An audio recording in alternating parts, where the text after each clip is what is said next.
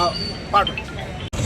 बीड जिल्ह्यातील मसाजोग जो आहे तिथल्या सरपंच होता स्वर्गीय संतोष देशमुख त्यांची हत्या करण्यात आली. नुसती हत्याने इथे निर्गुण हत्या करण्यात आली आणि हा बहुजन समाजाचा एका नेतृत्वावर मोठा कट निर्माण करण्यात आला की या देशमुखाने एका दलित बांधव वाचमन जो होता त्याला वाचवण्यासाठी त्या ठिकाणी गेला होता. त्याचा बदला काढण्यासाठी आणि दहशत बसवण्याच्यासाठी मारेकरांनी जे कृत्य केलं आहे त्याचा आम्ही निषेध केलेला आहे.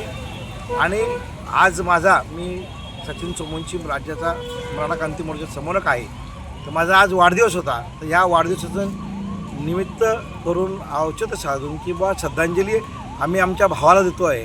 आम्ही वाढदिवस साजरा करू शकत नाही आणि म्हणून शासनाकडे आम्ही मागण्या केलेल्या आहेत की स्वर्गीय संतोष देशमुख यांच्या परिवाराला 1 कोटी नुकसान भरपाई मिळण्यात यावी.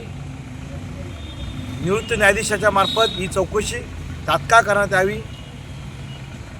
या मारेकरांची नार्को टेस्ट करून या गुन्ह्यामध्ये अजून कोण कोण आहेत याचे पायमुळे खणून काढावे.